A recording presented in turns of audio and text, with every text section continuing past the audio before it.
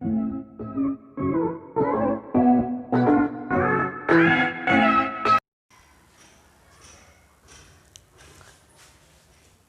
को मेरा नमस्कार।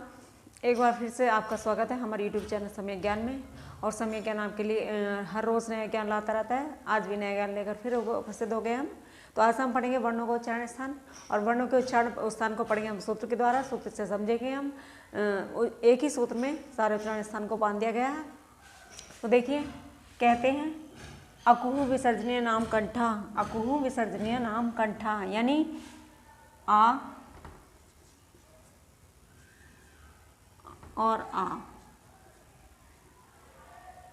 हा यानी का वर्ग और हा प्लस हा और प्लस विसर्ग।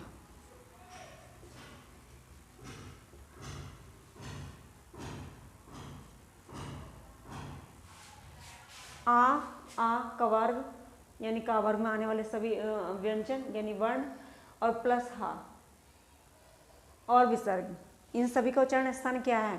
कंठ है। तो अकुहु विसर्जनीय नाम कंठा, देखिए आपको एक ही सूत्र में मिल गया सारा। एक ही सूत्र के अनुसार सारे इसका जितना भी उच्चारण स्थान कंठ का है सारे एक ही सूत्र में बन गए, एक ही सूत्र में आपको मिल गए। एक सूत्र को याद करने से आपको सारे उच्चारण स्थान याद हो जाएंगे। मैं ट्रिक, इसे आप ट्रिक कह लीजिए या फिर आप जो भी कहना चाहें आप सूत्र के द्वारा आप समझने की कोशिश करें। तो देखिए आ का वर्ग हा विसर्ग, ये सभी उच्चारण स्थान क्या है? कंठ।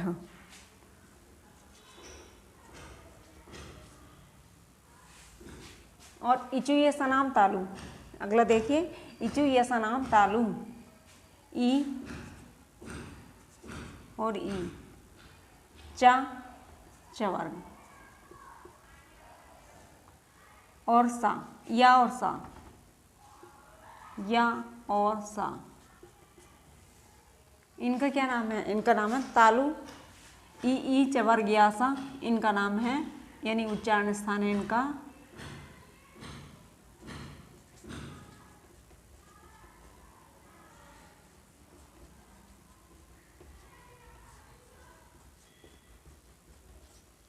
तालु। ई च वर्ग या सा उच्चारण स्थान इनका तालु। ऋतु रसाणाम मूर्धा, ऋतु रसाणाम मूर्धा, तो री टवर्ग और रा प्लस सा, इन सभी का स्थान क्या है? मूर्धा। इनका उच्चारण स्थान क्या हुआ? मूर्धा। यानी री टवर्ग रा और सा का उच्चारण स्थान है मूर्धा। और अगला देखिए लितु लसनाम दंतः, लितु लसनाम दंतः, लिरी तवर्ग प्लस ला प्लस सा का उच्चारण स्थान क्या है? दंत।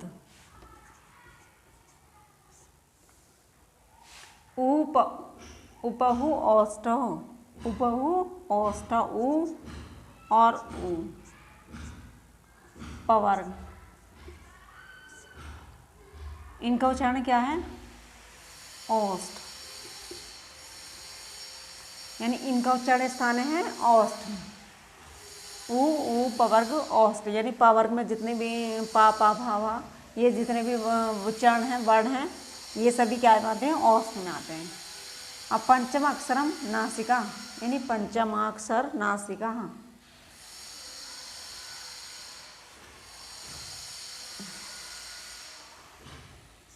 नासिका चाह,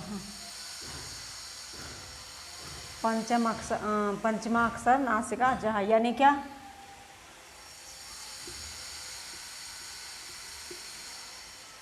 और माँ, इनका उच्चारण स्थान क्या है? नासिका है। यानी ये इन दोनों की आवाज़ जो निकल के आ रही है वो नाक और मुंह दोनों के द्वारा निकलती है। इनका उच्चारण स्थान नाक और मुंह के द्वारा होता है, तो इसलिए इनका उच्चारण स्थान हुआ नासिका।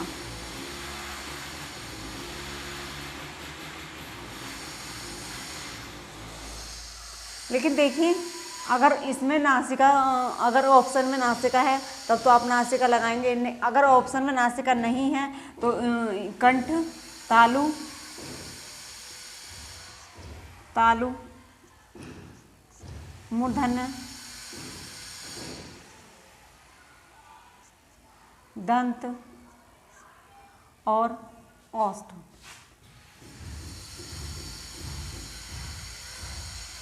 अगर इनमें से कोई सा भी ये दिया होता है तब तो ये माना जाएगा। अगर इनमें से नासिका पूछता है तो फिर नासिका है। अगर सीधा पूछ रहे हैं इसका उच्चारण स्थान क्या है तो इसमें कंठ दिया जाए, या तालु दिया, या मूर्धा, या दंत, फिर या फिर ओष्ठ, तो फिर आप इनमें से एक को मानेंगे। अगर नासिका है तो फिर नासिका।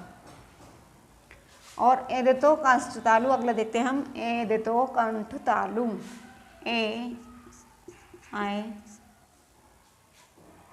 का उच्चारण स्थान है, उच्चारण स्थान इनका है तालु, सॉरी कंठ तालु, तालु। यानी ए आए का उच्चारण स्थान है कंठ तालु, ए दो तो कंठ तालु। ओ दो तो अगला देखते हैं, ओ दो तो कंठोष्टम, ओ और आओ का उच्चारण स्थान है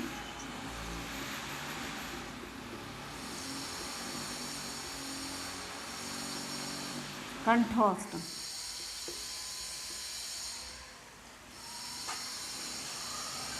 उम्मीद करती हूँ आपके समझ में आ गया होगा।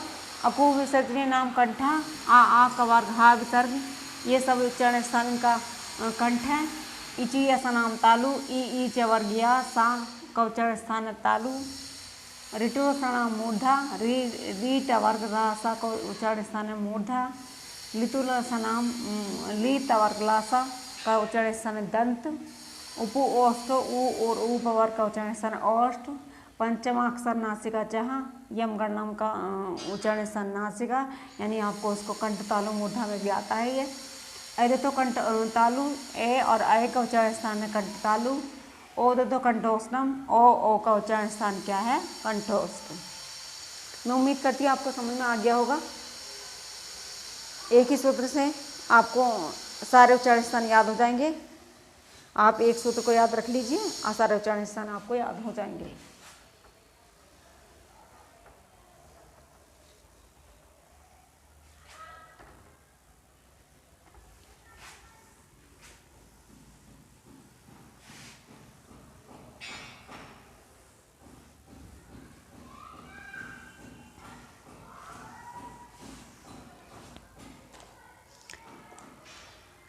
अभी हम वीडियो में अपनी पिछली वीडियो में पढ़ा थे आपको वर्णों के भेदों के बारे में।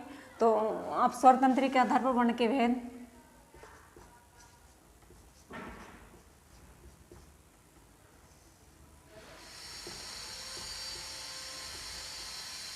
कंपन के आधार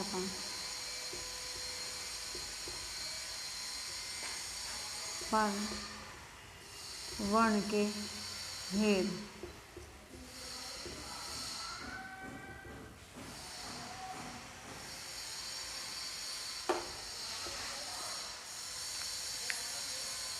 तो स्वतंत्री में कंपन के आधार पर वर्ण के भेद दो प्रकार के हैं, सघोष वर्ण, नंबर 2 अघोष वर्ण।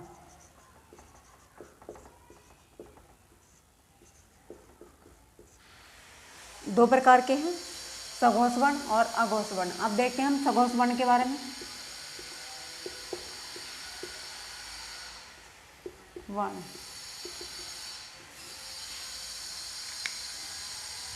जिन वर्णों के, जिन ध्वनियों का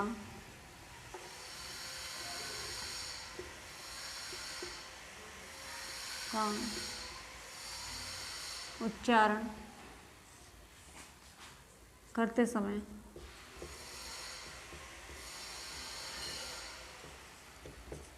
कोई झंकार उत्पन्न होती है उसे हम अघोष वर्ण कहते हैं। यानी जिन वर्णों को उच्चारण करते समय हमारे मुख से जो आवाज़ निकलती है उनमें आवाज़ में झंकार है या घोष है, तो वो क्या कहलाते हैं, हमारे सघोष वर्ण कहलाते हैं।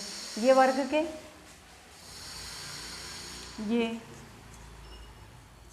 वर्ग के द्वितीय, तृतीय, चतुर्थ और पंचम वर्ण और अंतस्थ वर्ण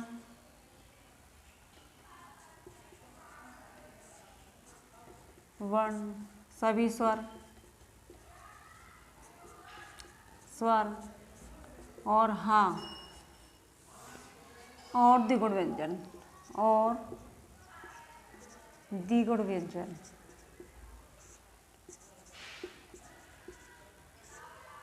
सघोष वर्ण हैं।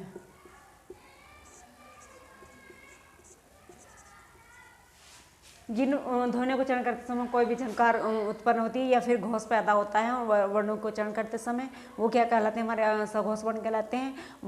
ये वर्ग के तृतीय, चतुर्थ और पंचम वर्ण होते हैं और सभी अंतस्थ होते हैं और सभी स्वर इसमें आते हैं। और हा सा जो उसमें व्यंजन का हा था वो हा और सब यानी द्विगुण व्यंजन ढा और ढा, ये दोनों सभी क्या हैं, सघोष वर्ण है हमारे। ये मैं आपको होमवर्क देती हूँ, आपको सघोष वर्णों की गिनती आपको करके मुझे बतानी है कितनी और कौन कौन से अक्षर हमारे सघोष वर्ण में आते हैं, ये आपको मुझे बताना है, कमेंट बॉक्स में लिखकर बताना है, ये देना है इतनी वर्ण थे हमारे, कौन कौन से हैं। आप सघोष वर्णों की पहचान करके आप मुझे लिख के बताइए। ये तो मैंने आपको बता दिया है, तृतीय, चतुर्थ और पंचम वर्ण, अंतस्थ वर्ण, सभी स्वर, हा, द्विगुण व्यंजन सघोष वर्ण के अंतर्गत आते हैं। आगे चलते हैं हम अघोष वर्ण की तरफ। अघोष वर्ण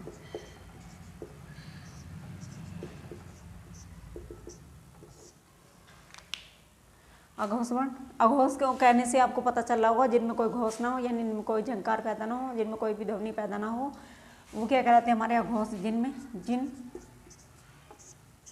वर्णों के उच्चारण में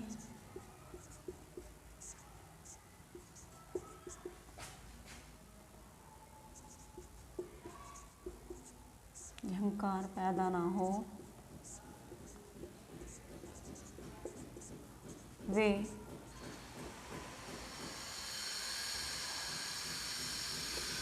अघोष वर्ण कहलाते हैं।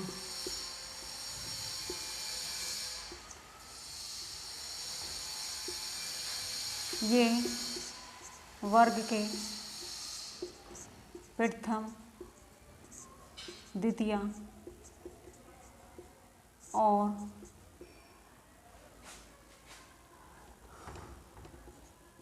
सभी सा, यानी क्या, सा सा शा सा, सभी सा अघोष वर्ण हैं। यानी वर्ग के प्रथम, द्वितीय और सभी सा दंत सा, मूर्धन्य सा और तालव्य सा, ये सभी सा अघोष वर्ण हैं। जैसे क्या, जैसे का, चा, टा, ता, पा, का, चा, ता और पा, का, चा, ता, पा। और वर्ग के द्वितीय ये आता है प्रथम, द्वितीय, खा, छा, ठा, ता,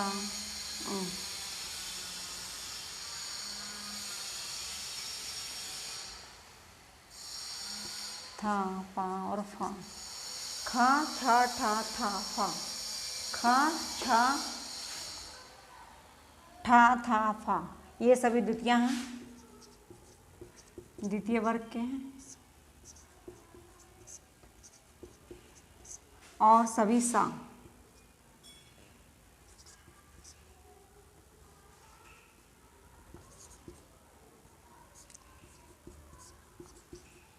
ये सभी क्या है हमारे अघोष वर्ण है, ये सभी हमारे अघोष वर्ण है। इतने वर्ण, यानी कि ये वर्ण हुए हमारे 13। अगर आपसे पूछ लिया जाए कि अल्प प्राण कितने हैं, अल्प प्राण की संख्या कितनी है, तो 31 है। और महाप्राण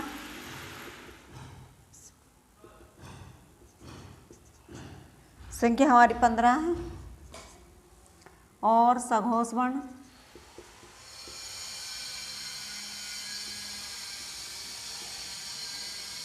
संख्या हमारी है 33। और अघोष वर्ण हमारा 13।